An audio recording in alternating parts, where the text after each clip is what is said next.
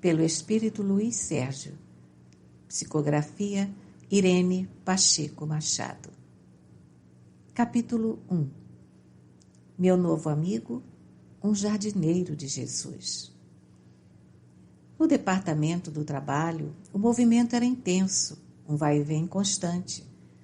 Olhando aquele prédio majestoso, pensando na cara do materialista, que ao desencarnar constata que os espíritas não são tão doidos quanto ele imaginava.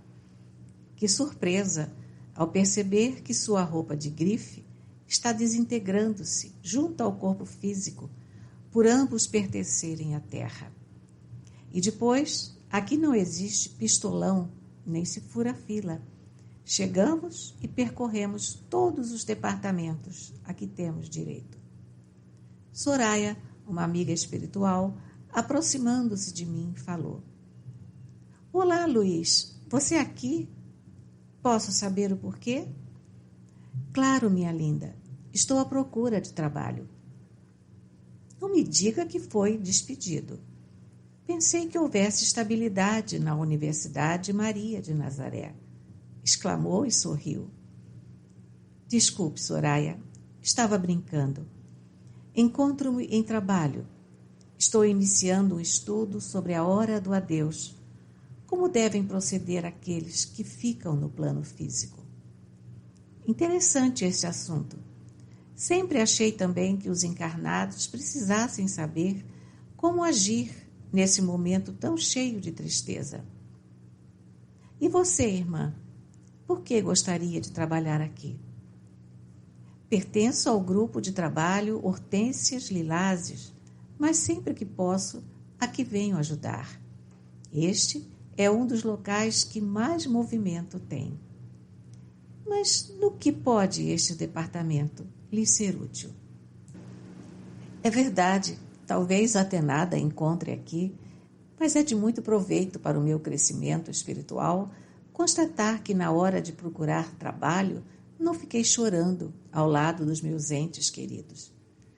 Lembro-me ainda, Soraya, de quando aqui cheguei. Estava assustado, sem saber o que me esperava. É isso mesmo, Sérgio. Comigo também foi assim. Desencarnei com 21 anos em acidente de automóvel. No momento em que meu corpo físico expulsou minha alma, a minha consciência resplandeceu de luz espiritual.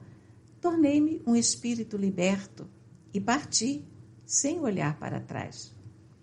Para que olhar um cano retorcido junto a uma árvore, um corpo antes belo e bem tratado, em estado quase semelhante àquele amontoado de ferro velho?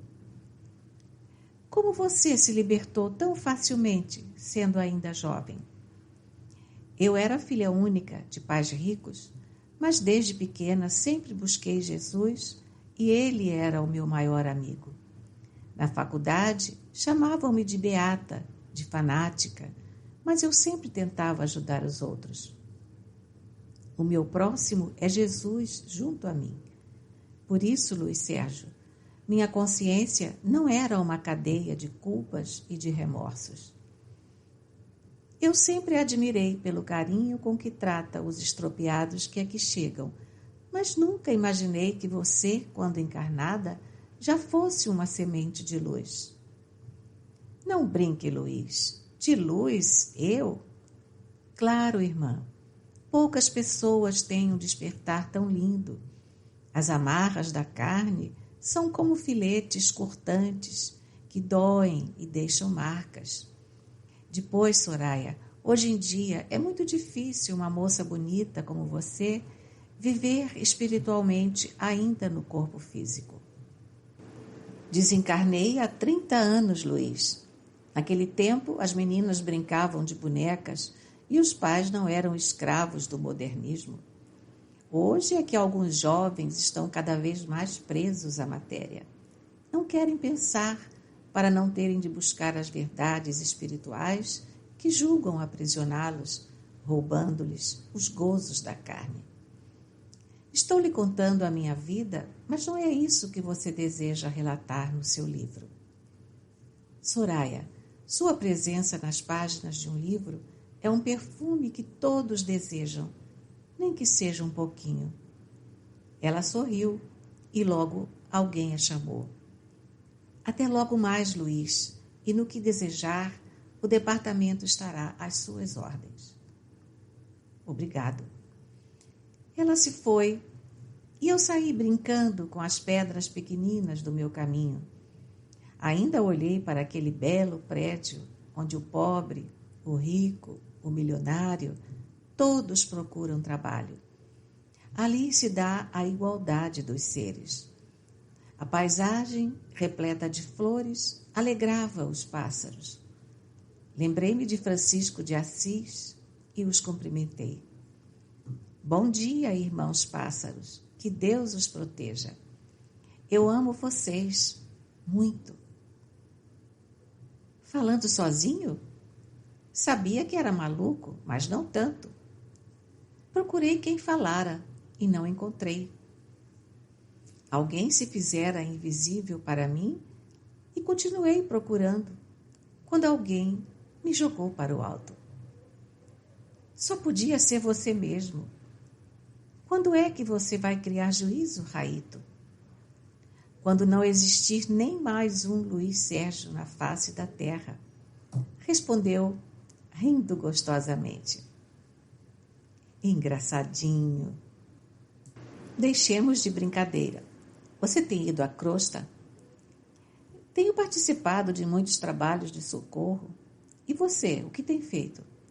Não está mais preocupado com o tóxico? Luiz, não sei o que vai acontecer mais. Se o governo brasileiro não tomar urgentes resoluções, o Brasil será o campeão mundial do tóxico. Se já não é. E a espiritualidade, Raito? O que está fazendo a respeito? Tomando medidas drásticas, mas ficamos penalizados em saber que o país escolhido para a pátria do Evangelho deseja liberar a droga. Em uma terra de famintos, a preocupação maior deveria ser com a educação, a saúde e a justiça social. Mas quero saber o tema do seu novo livro. Sabe, Raito, muitos me perguntam, Luiz Sérgio, o que faço para esquecer o meu marido que desencarnou? Dou a roupa dele? Choro ou não choro? Vou ou não vou ao cemitério? Arrumo o túmulo ou não? Corro atrás de mensagem ou deixo viver em paz? São tantas as perguntas que resolvi escrever um livro, não com o intuito de ensinar, mas de ajudar os meus amigos, aqueles que não sabem o que fazer na hora do adeus. No meu entender, o fato mais desagradável é o encontro social no cemitério. Ao desencarnar o João ou o José, pessoas que há anos não se encontravam ficam a conversar, rindo ou relembrando os momentos finais do desencarnado. É sobre isso, Raito, que desejo escrever. Vim até aqui, primeiro para recordar meus primeiros passos no mundo espiritual e também para falar com o Palário, com você e com outros que sempre me ajudaram. Ele, sorrindo, esclareceu. Por mim, pode escrever 1, 2 ou 1000 livros. Estarei ao seu lado eternamente, orando pelo seu crescimento espiritual. Obrigado, Raito. Não é só consentimento. Vou precisar de ajuda. Estarei rondando as capelas e os cemitérios. Rindo, gracejou. Você nunca me enganou. Tem cara de vampiro mesmo. Não brinque, Raito. Você sabe que não vai ser fácil e depois quero que o livro seja útil a todos. Luiz, na sala 1900, você encontrará alguém que o ajudará. E o Raito aqui, basta você estalar os dedos, que como servo do Cristo, o atenderei de imediato. E que Deus, o Criador da vida, seja eterno em seu trabalho. Um abraço. Depois saiu rapidamente, saltitante. Olhei-o até desaparecer nas alamedas floridas daquela praça. Em seguida, procurei a sala indicada pelo Raito. Recebido por Constância, fui logo levado até Lupe, que me cumprimentou sorrindo. Seja bem-vindo, Luiz Sérgio. Fico contente em saber que o irmão deseja ajudar os encarnados quando eles passam por horas amargas. Mas lhe pergunto, será que o seu livro terá condição de mudar um comportamento de longos anos? O brasileiro há muito transforma a hora do adeus em momentos de desespero ou de bate-papos, rindo alto, não se importando com o corpo que ali jaz exposto para o último adeus.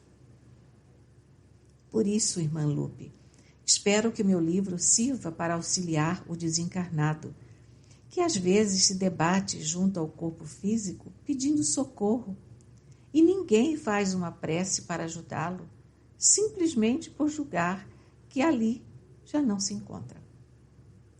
Mas poucos serão aqueles que o lerão. Não me importo. Se ele conseguir ajudar uma só família ou um só irmão que volta para a verdadeira pátria, já me sentirei muito feliz. Ela me deu aquele sorriso e depois falou. Você, irmão, terá a nossa permissão para mais esse trabalho, mas gostaria que alguém bastante experiente o acompanhasse. Ele executa há anos essa tarefa e somente agora participará de um livro. Nisso, um espírito com aparência idosa apareceu na sala. Que a paz de Deus esteja entre nós. Bom dia. Luiz, este é Henrico, que irá acompanhá-lo. É um devotado trabalhador do Senhor. Como vai, Luiz Sérgio? Oh, amigo, como me sinto feliz em tê-lo ao meu lado. Que vontade de gritar seu nome para todo o universo. Tão alegre me encontro. O grito, quando chega à garganta, já se fez ouvido pelo coração. Sinto-me feliz por mais uma tarefa, falou timidamente. Henrico é um senhor dos seus 75 anos e trabalhou na crosta durante 20 anos como jardineiro. Seu olhar é cândido e amigo. Desejo aos três a paz do Senhor e que tudo se transforme para a glória de Deus. 3? Olhei procurando o terceiro. Henrico sorriu. O irmão não irá vê-lo. Ele estará ao nosso lado, mas nós não teremos condição nem de divisá-lo. Fiquei intrigado, mas nada perguntei. Lupe ainda acrescentou. Trate do seu trabalho, Henrico, como bom jardineiro que é, e quando a terra desejar aprisionar a semente, faça com que ela busque a luz do alto, só assim se libertará. O que é da terra, a terra pertence. O que é luz, resplandece no universo. Que Deus os guie. A quem agradeço, irmã Lupe? A irmã? Ao Raito? A quem? A Deus, que confia em você. Despedimos-nos e dali saímos. Tinha vontade de abraçar e beijar Henrico, tal a sua meiguice, mas parecia um anjo do Senhor. Luiz, quero que saiba que tenho uma aparência idosa, mas meu coração é de um bebê que a cada dia espera crescer espiritualmente. Busco no meu próximo o meu Deus e faço do meu dia uma conquista para o meu espírito. Enlacei seu ombro e percorremos aqueles jardins lindíssimos, onde os pássaros cantam, transmitindo-nos muita paz. Capítulo 2. Crianças, não cresçam depressa. Assim que chegamos ao plano físico, Henrico comunicou-me. Luiz, Vamos primeiro visitar uma casa espírita. Claro, companheiro, precisamos contar com a ajuda de outros irmãos. Lá fomos nós, ao encontro de Rafaela, a encarregada da disciplina, que sorrindo recebeu-nos, colocando a sua casa ao nosso dispor. Henrico, que a conhecia, também sorriu. Ele é possuidor do mais terno olhar que já vi. Rafaela dissertou sobre os últimos acontecimentos, sobre como estavam desencarnando irmãos por imprudência, através da droga, do álcool e da velocidade. Mas esses três fatos estão entrelaçados. Geralmente, a droga e o álcool provocam o desequilíbrio do motorista. Falei. Ficamos muito tristes quando ela nos levou até a enfermaria da casa espírita, onde alguns suicidas estavam sendo socorridos. Muitos eram jovens, ou melhor, crianças. Olhando uma garota de seus 11 anos, indaguei. Por que se suicidou? Julgava-se grávida. Mas com essa idade, já havia iniciado vida sexual? Sim, mesmo ainda não havendo penetração, ela brincava com o sexo. Os seus parceiros, também crianças, sem responsabilidade, julgavam-se os tais, e quando o remorso lhe colheu a alma, ela criou uma gravidez imaginária, apavorou-se e o único meio que encontrou foi o suicídio. Ela não estava grávida? Não, nem havia menstruado ainda. Coitadinha, como pôde acontecer isso? Indaguei. Falta de orientação familiar, de disciplina de vida. Hoje, os pais demonstram pressa em ver os filhos ficarem adultos e não percebem que as crianças e os jovens só têm a mente direcionada para o sexo e para os ditos prazeres da vida. Henrico, pensativo, ouvia a Rafaela, que também nos disse da sua luta para trazer ao centro os filhos dos espíritas que dele se distanciam cada vez mais. E por quê? Simplesmente porque o mundo lá fora corre a 1000 por hora e nessa correria eles também vão caindo e se levantando. Nas casas espíritas, têm de buscar o seu interior, porque a doutrina ensina a razão da vida. Eu sempre me pergunto, irmã, o que podemos fazer para trazer a criança e o jovem à casa espírita, ou melhor, ao Evangelho? Estamos tentando criar um estudo mais dinâmico. Não podemos nos esquecer de que hoje a vida moderna dá à criança e ao jovem muitas informações que ontem nós nem ousávamos pedir.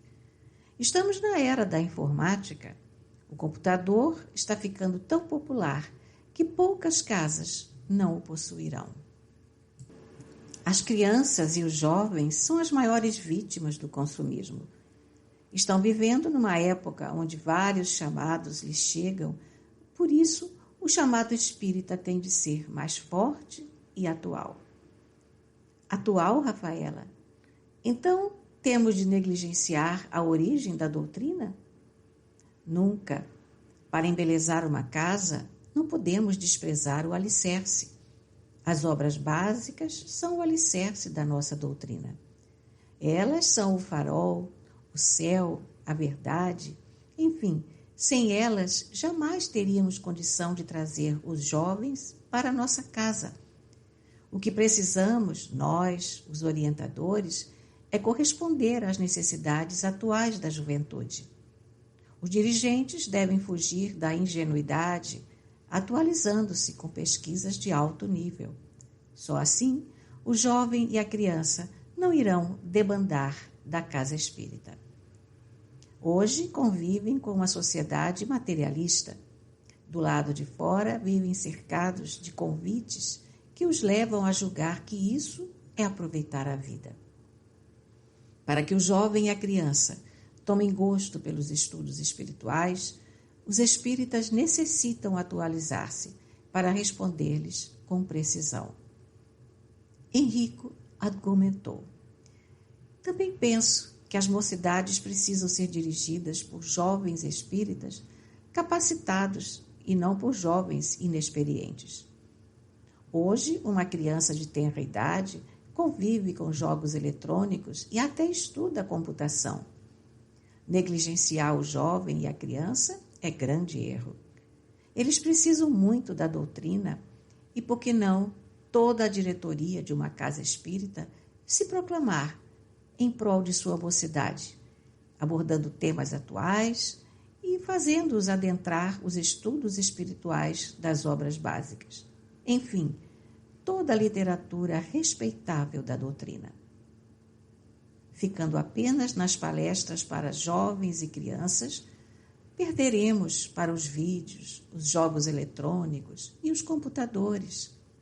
Insistimos, se toda a diretoria se unir em prol da juventude, a casa sentirá a diferença, porque estará toda ela enfeitada de flores, que são as crianças e os jovens. Irmã Rafaela, a coisa está feia. As crianças de 12 anos estão voltando para casa de madrugada e o pior é que os pais julgam isso certo. Tem razão, irmão. O centro espírita dá a evangelização, mas a família tem de apresentar Jesus nas suas atitudes. Henrico, sempre sorrindo, aduziu. Conversar sobre a infância e a juventude é como contemplar um jardim. Porém, para embelezá-lo, o jardineiro tem por dever usar o adubo, a terra e as ferramentas. Só a boa vontade não basta para que o jardim floresça. O jardineiro tem de livrá-lo das ervas daninhas e procurar o melhor método de fazê-lo florir. Mas agora devemos iniciar o trabalho.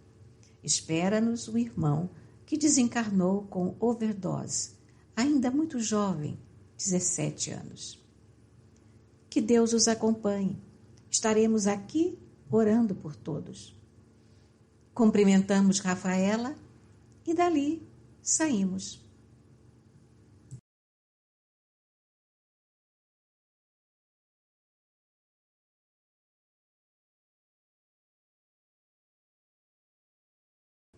Capítulo 3.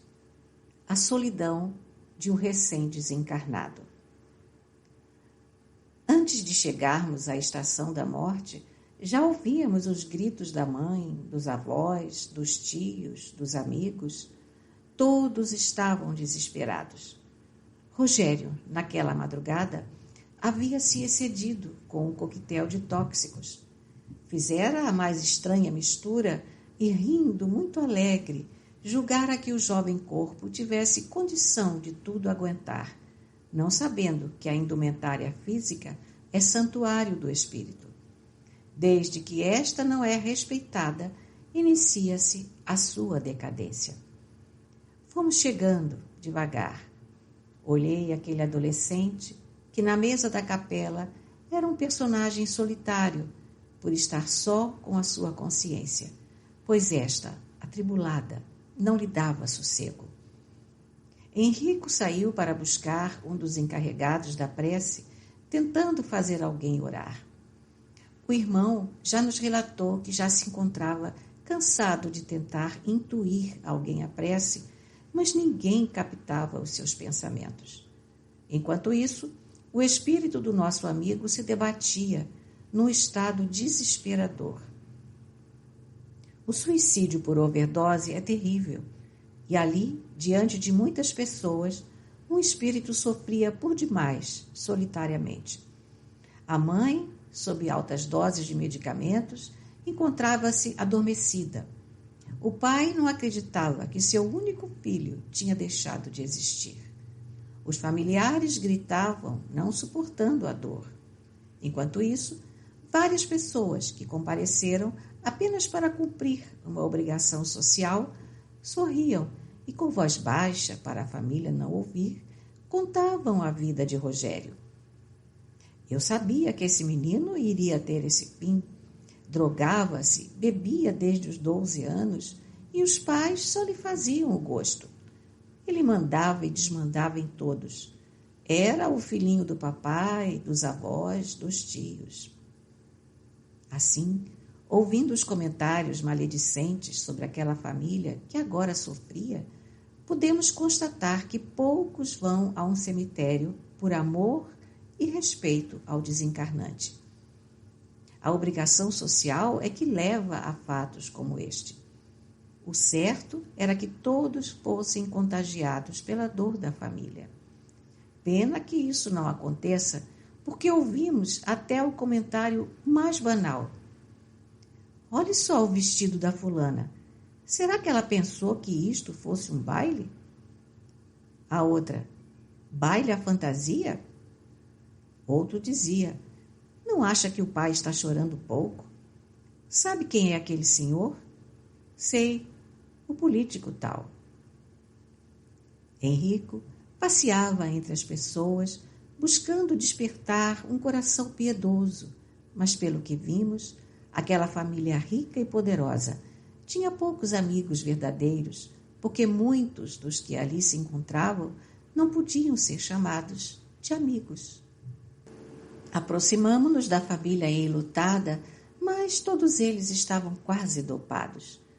Haviam tomado comprimidos e não estavam em condição de doar fluidos de amor para o desencarnado. Um grupo espiritual de oração que trabalha nos cemitérios tentava ajudar Rogério, mas até pessoas fazendo negócios havia. Era uma boa ocasião, porque antigos amigos ali se reencontravam.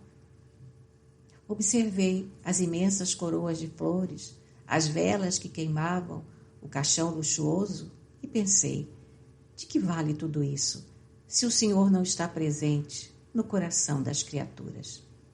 Mas mesmo assim, esforçávamos-nos para auxiliar Rogério.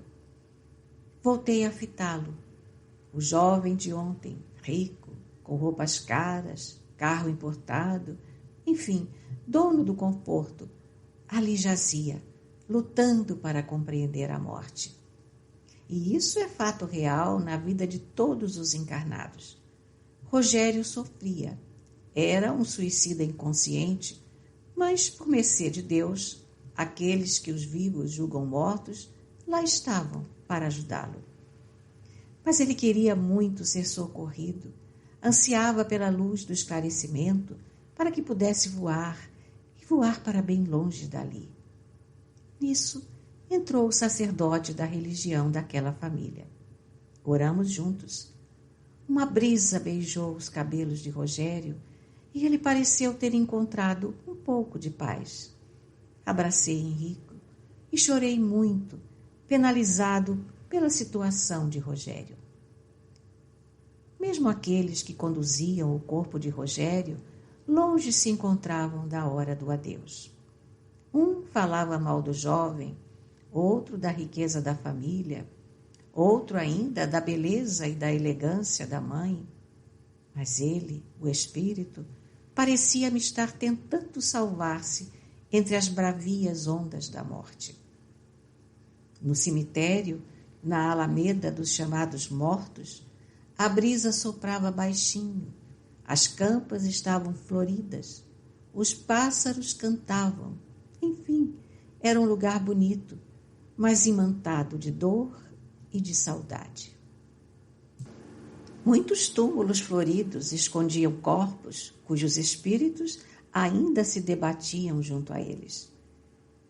Por que, Henrico, existe tanta vaidade, tanto orgulho no coração dos homens, mesmo sabendo que um dia terão de devolver à terra o que a ela pertence? Não seria mais fácil viverem com o Cristo? Luiz, a Terra atingiu hoje um nível tal de tecnologia que o conforto inebriou os encarnados e estes, escravos dele, esquecem de buscar as coisas do Espírito. Henrico, os templos religiosos estão aí, esperando por todos. E por que eles relutam em curar suas almas? O erro inicia-se no lar, onde os pais procuram dar conforto para os filhos, mas poucos lhes apresentam o Cristo. As maiores vítimas são os jovens. no trânsito, nos vícios, na luxúria. São eles que se matam dizendo estar aproveitando a vida. E Rogério, o que será dele? Será atendido, mas só ficará no hospital se assim o desejar. Sabemos que muitos, mesmo depois de assistidos, fogem em busca dos antigos companheiros encarnados e desencarnados. Do tóxico não é fácil livrar-se. O homem deve lutar para que ele não lhe mate a dignidade. Henrico, o que me diz da liberação das drogas leves? É o mesmo que liberar a eutanásia e o assassinato. Só muda a dor. O dano causado ao espírito é o mesmo, seja da dita droga ou não.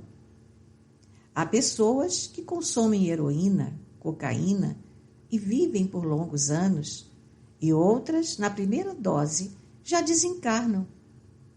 Cada organismo reage de uma forma, mas quem tem autoridade para dizer que as drogas ditas livres, tais como o álcool, o cigarro, não causam danos.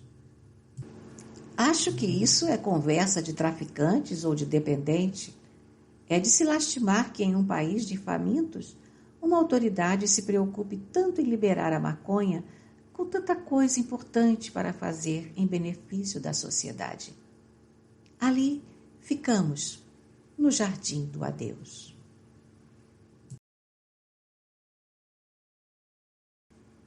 Capítulo 4. Mãe e filho se defrontam. De repente ouvi alguém me chamando.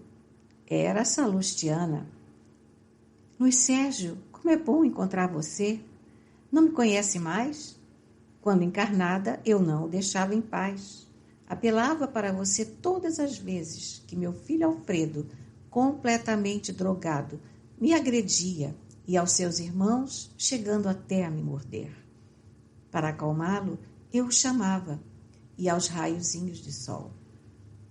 E ele, Salustiana, já concordou em ser tratado? Não, Luiz, por isso aqui me encontro. Em uma das suas crises, ele me agrediu tanto que vinha desencarnar. Fui socorrida, mas como posso ficar no paraíso quando meu filho vive nos umbrais da vida? Por mais que me esforçasse, ele estava cada vez pior. Agora parece que tudo vai serenar. Esta noite ele desencarnou, vítima da AIDS. Quantos anos ele tem?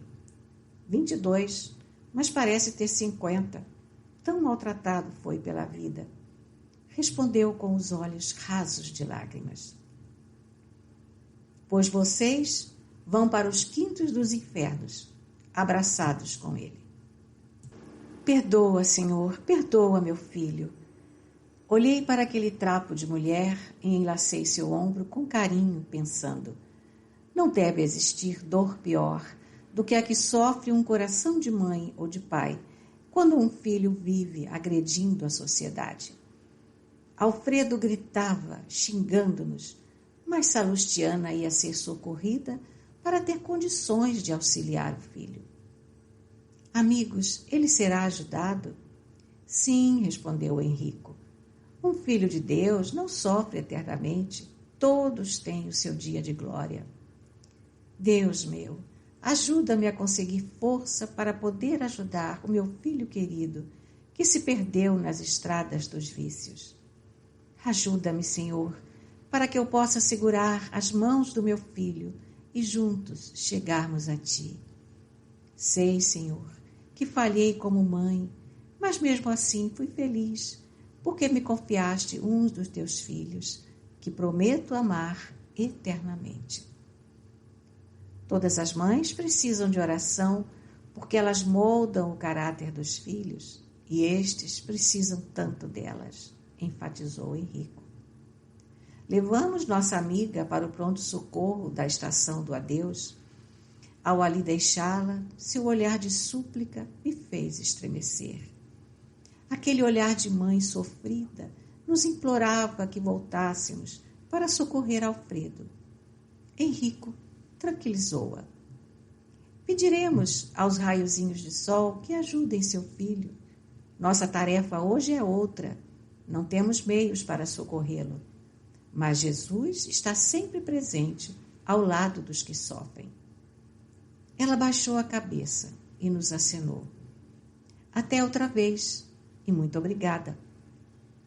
Tive vontade de chorar, mas Enrico, o italiano de Cristo, era tão firme nas decisões que me esforcei para não me desequilibrar. Na hora do adeus, pelo espírito Luiz Sérgio, psicografia Irene Pacheco Machado. Capítulo 5.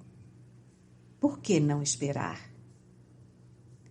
Em seguida fomos à casa de Rogério, aquele a quem havíamos auxiliado na capela. O pai queria guardar barco, computador, guitarra, enfim, tudo do filho, e a mãe estava louca para desocupar o quarto a fim de não sofrer mais. Pedimos licença e adentramos aquela casa onde ninguém orava. Medrosos, não pisavam em casa espírita. Tinham pavor. Eles haviam feito a sua própria religião, ganhar dinheiro e gastá-lo. Agora, na hora da dor, debatiam-se sem rumo. E aí é que chegaram as comadres. Uma aconselhava: acho melhor vocês não chorarem, vai fazer mal a ele. Outra recomendava: pega tudo o que é dele, dá para os pobres, pois isso vai ajudá-lo.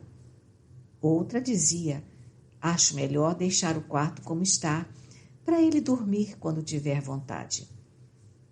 Os pais, que até aquele momento julgavam que o dinheiro era tudo na vida, defrontaram-se com ela, a imbatível morte, e por algumas horas julgaram-se muito pequenos. Ali ficamos, orando por Rogério, pedindo a Deus que ele se recuperasse logo e buscasse os locais de aprendizado. Nem bem terminamos de orar, o aspirador de pó já limpava o quarto que lhe ocupara e a mãe separava tudo que podia ser vendido, querendo afastar a saudade. Julgava destruir as lembranças, não sabendo que, quando se ama verdadeiramente, a saudade é lembrança que o coração gosta de reavivar. O quarto ficou limpo para os pais de Rogério. Nada que lembrasse o filho ficou à vista.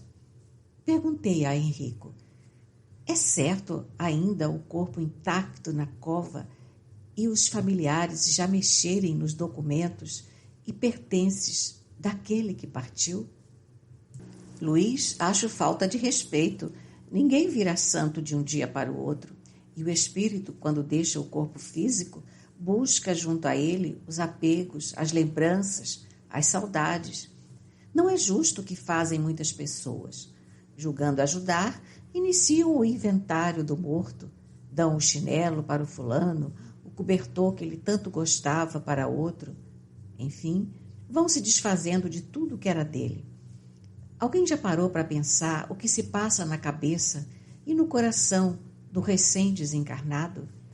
Não basta a separação do corpo físico e ainda a família o deserda.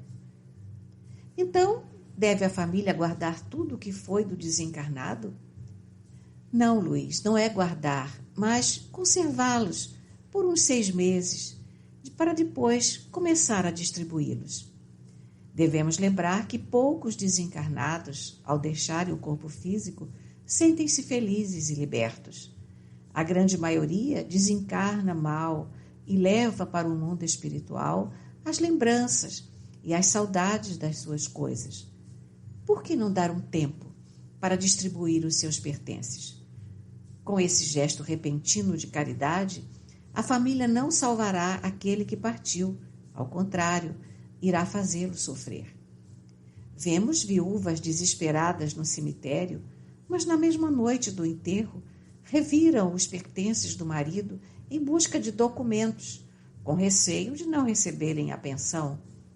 Abrem gavetas, mexem em pastas, sem qualquer respeito, só em busca do seguro, da poupança, enfim, mais preocupadas em não ficar na miséria. Mas em nosso país, se a família não abrir os olhos, a viúva fica até sem receber a pensão do marido. Não creio que no Brasil a família não possa esperar alguns dias para buscar os seus direitos. Tem de ser logo após o enterro? Acho que não. Isso, Luiz, é muito triste. O desencarnado, doente no mundo espiritual, necessitado de conforto, tamanha a saudade no seu coração, continua com o seu perispírito muito ligado àqueles que conviveram com ele durante anos. O que não é justo é o desrespeito àquele que mudou de plano. Portanto, não é certo o que muitos vêm fazendo. Irmão, mas em muitas casas espíritas existem orientadores que mandam a família doar tudo para a melhoria espiritual do desencarnado. Seria muito fácil se a família encarnada, quando tivesse um filho no erro, fosse aconselhada a doar tudo dele para receber a graça de vê-lo regenerado.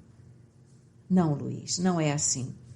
Para ajudar alguém que partiu, temos de buscar os abandonados da sociedade, os chamados pobres, e começar a nos preocupar com eles. É uma transformação lenta. Não é a doação de objetos que foram deixados que vai tomar caridosa a alma que fica. Os que assim pensam já demonstram falta de amor ao próximo. Muitas vezes, esse doar prematuro traduz o desejo da família em mudar a decoração.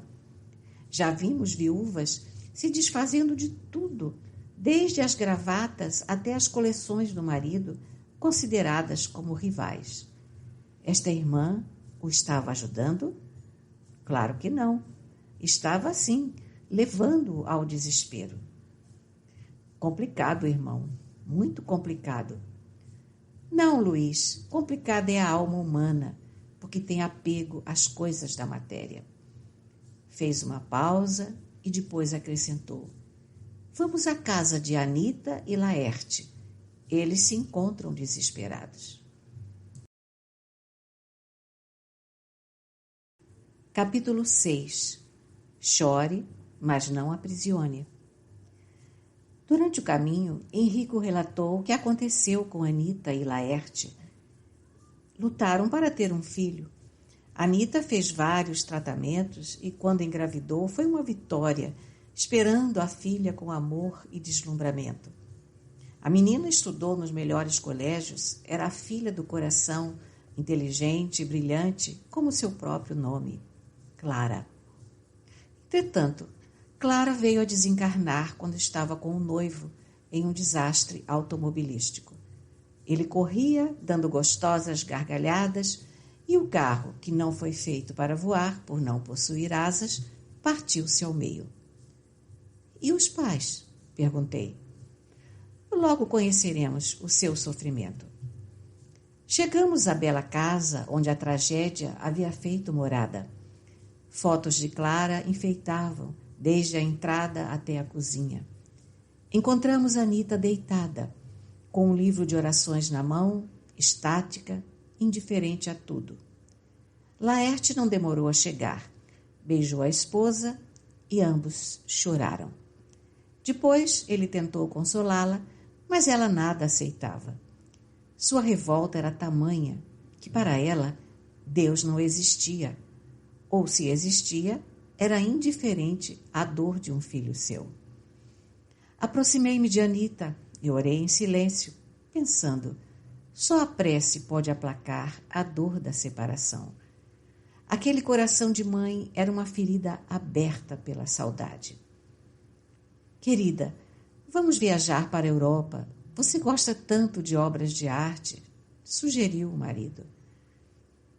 A dor que sentimos está dentro de nós e não nos lugares onde vivemos. Mas esta casa está repleta de lembranças. O sorriso de Clara, os seus passos, tudo ainda soa em nossos ouvidos e, por mais que esperemos, ela não surgirá como fazia antes. Longe daqui será mais fácil viver. Anita, olhando para os lados, propôs: Laerte, vamos nos suicidar? Assim ficaremos juntos dela. Querida, não é fácil tirar a própria vida e depois, para mim, é um ato de covardia. Anita começou a gritar numa crise de desespero. Adentrou o recinto uma enfermeira que lhe aplicou uma injeção. Laerte saiu cabisbaixo. Encontrava-se cansado. Nós o seguimos e logo estava na porta de um dos quartos. Bateu perguntando: Posso entrar, Clarinha? Filhinha, responda logo. Quero dar-lhe um beijo. Como a filha não mais estava ali para responder, foi abrindo devagar a porta. O quarto estava exatamente como Clara o havia deixado. Ele se sentou em uma cadeira à frente da escrivaninha e chorou. Depois saiu, dirigindo-se à cozinha, e nós atrás dele. Geni, boa noite. Boa noite, doutor Laerte. Que Deus o abençoe, respondeu a velha serviçal. Geni, está na hora de levar a refeição a Clara. Ela já está com fome. Sim, senhor. Quando ela já ia saindo, Geni falou: Doutor Laerte, por que o senhor não busca no Espiritismo o consolo? Só ele pode explicar o que aconteceu a Clara. Por favor, Geni, não é a dor que vai me levar a um lugar de ignorantes e mentirosos. Olha, doutor, já vi muitos pais serem por ele consolados. Será que o seu consolo não está em uma casa de gente simples, mas não ignorante nem mentirosa? Geni, proíbo-lhe de falar de espiritismo nesta casa. Espiritismo é coisa do demônio, e depois só os ignorantes o procuram. Tá bem, doutor Laerte, desculpe-me, só queria ajudar. No espiritismo, eles iriam ensiná-lo que, em vez do senhor dar comida para sua filha, que já desencarnou, seria melhor levar para quem está morrendo de fome. O senhor já viu quantos famintos perambulam pelas ruas da cidade? Geni, se você não parar de falar em espiritismo, eu lhe dou as contas. Minha filha não morreu, ela está lá no quarto. Não demore, ela já deve estar com fome. Não se esqueça do suco nem da sobremesa. Coloque na bandeja uma rosa vermelha, símbolo do nosso amor. Sim, senhor, concordou Geni. Quando Laerte saiu, ela comentou com Marli, a copeira. Estão ficando loucos e nem percebem. Não sei como ajudá-los. Espere que saiam, chame os espíritos e faça uma sessão aqui na cozinha. Marli, a doutrina espírita que eu estudo não força ninguém a aceitá-la. Sabe, Geni, para mim tudo é igual, desde que mexa com os mortos. Geni alisou os cabelos de Marli e falou: Minha querida, você nunca vai entender a minha religião, principalmente com as minhas pobres palavras. Se você desejar conhecê-la, é só buscá-la nos livros doutrinários. Eles são muito ricos em ensinamentos. Marli respondeu com desdém. Detesto ler. Gosto mesmo é de livrinho de amor. Geni nada mais disse. Logo levaria para o quarto de Clara uma farta refeição. Henrico, como fica Clara na espiritualidade diante de tudo isso? Vamos, Sérgio, até a colônia onde ela se encontra, mas antes façamos uma prece para Laerte e Anita. Ainda que no caminho da vida o socorro e a alegria lhes faltem, busquem Jesus. Ainda que considerem findas as suas esperanças, busquem Jesus. Sabem que o desespero lhes banha as almas. Mesmo assim, busquem Jesus. Ainda que a porta deste lar esteja fechada para o socorro, que Ele, Jesus, com o seu raio de luz e amor, a todos desta casa proteja, hoje e sempre. No hospital em que Clara ainda convalescia, procuramos nossa irmã Doroteia, encarregada da ala onde Clara se recuperava. Doroteia nos colocou a par do seu estado e contou da sua revolta por não querer aceitar o tratamento. Com a devida permissão, fomos em direção ao quarto de Clara. Quando entramos, vimos uma mulher belíssima, cabelos até a cintura, loiros e sedosos, os olhos verdes, lindos como uma esmeralda. Sorri-lhe. Como vai, Clara? Péssima. Estou louca para levantar-me desta cama, mas sinto náuseas.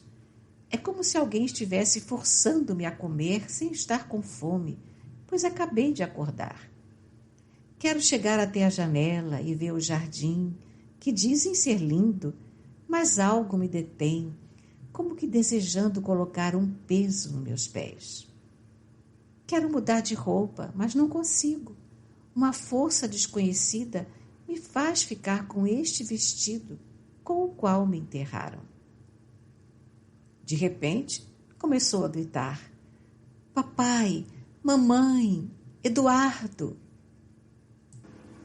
Henrico pousou a mão em sua testa e orou o Salmo 143, versículos 1 e 2. Bendito seja o Senhor, minha rocha, que adestra as minhas mãos para a batalha e os meus dedos para a guerra. Minha misericórdia e minha cidadela, meu presídio e meu libertador, meu escudo e meu refúgio, que me submete os povos. Clara aquietou-se e olhou Henrico com imenso carinho, agradecida pelo alívio que por momentos tivera. Procure Deus para se libertar das lembranças do plano físico, Clara. Falei. Como fazer isso, se os meus amores, pai, mãe, tios, noivo, todos ficaram? Como recomeçar diante de estranhos? Não existem estranhos em nossa vida. Todos somos irmãos. Procure reequilibrar-se. Quem sabe assim você ajuda seus pais e eles a você. Vocês conhecem meus pais?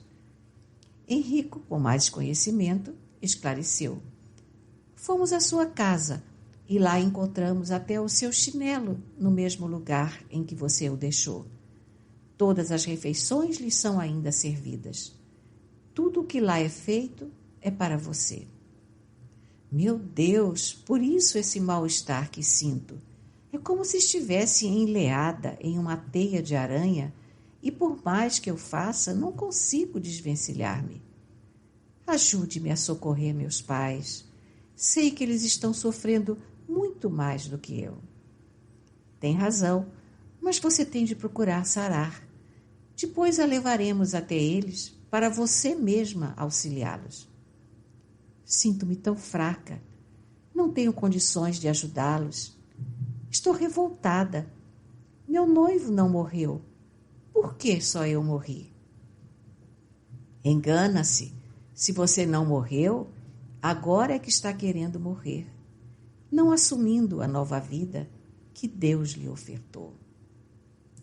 Deus? Quem é Deus para dispor do nosso destino?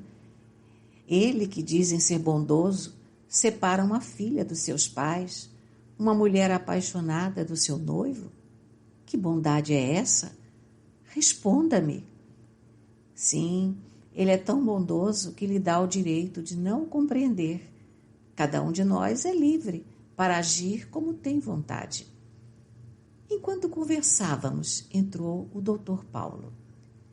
Bom dia, irmãos. Como vai, Clara? Apontando para Henrico, respondeu. Ele segurou a minha cabeça, falou algumas coisas e eu melhorei. Henrico sorriu e Paulo pediu que nos retirássemos e o esperássemos na sala ao lado. Despedimos-nos de Clara e saímos. Não demorou muito e o Dr. Paulo encontrou-nos na sala de espera. Agradecendo a Henrico a cooperação, contou-nos sobre a luta que estavam enfrentando por causa das invocações da família de Clara. E o noivo, irmão, também está desesperado? Não, já está namorando outra, mas Clara ainda não sabe. E os pais sabem? Não, o que vai ser outro drama. Doutor, nós estivemos na casa de Clara e constatamos que o seu quarto nem foi desarrumado e que as refeições são-lhe oferecidas diariamente. São lamentáveis certos comportamentos dos encarnados que, na hora do adeus, não sabem como agir e, apegados às lembranças, vão dia após dia se autodestruindo, fazendo muito mal para aquele que retornou a este plano. É preciso fazer com que a família de Clara mude de atitude. Podemos tentar, Henrico? Não, Luiz, não podemos. Deixemos que outros espíritos levem a família a buscar uma casa espírita. Desculpe-me, mas poucas famílias ficam na doutrina depois que passa a saudade.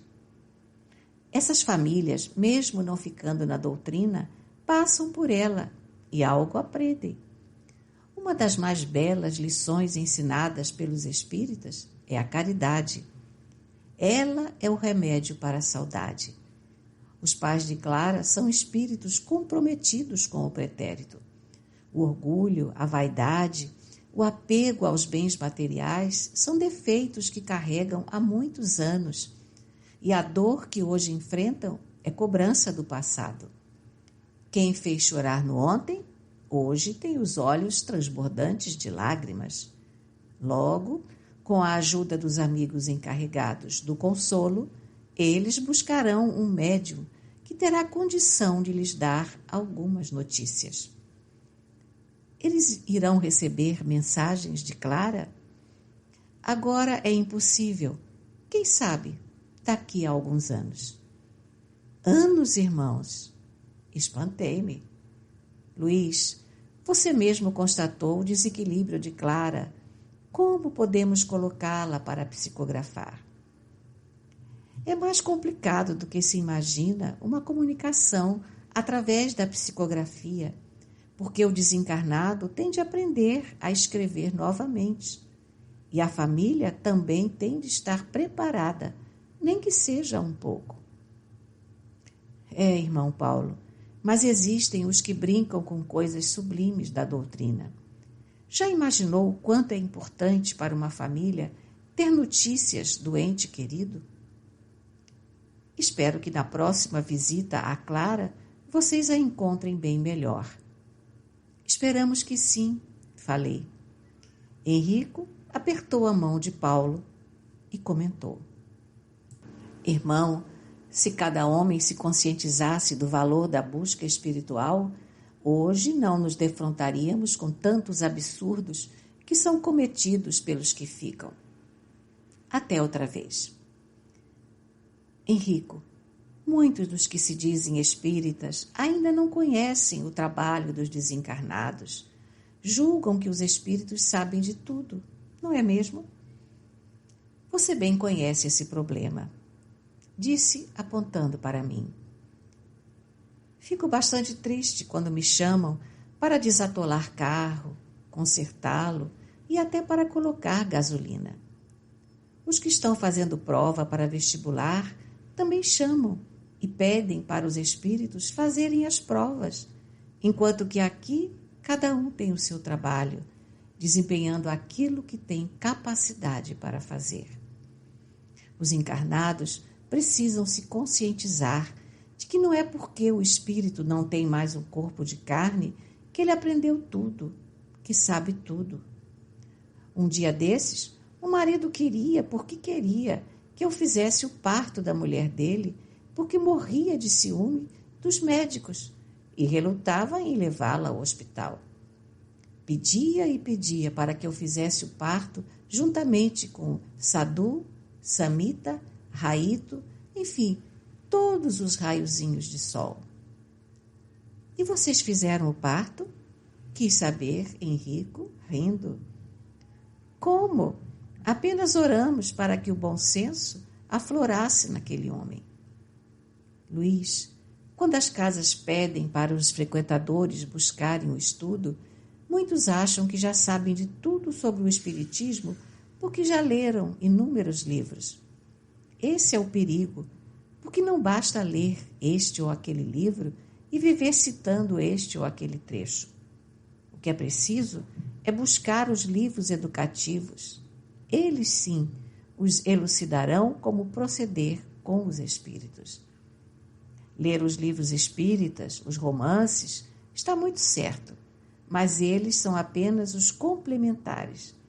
A raiz são as obras básicas da codificação. Sabe, Henrico, espírito sofre. Coloquei meus braços em seus ombros e fomos caminhando, contando as nossas experiências.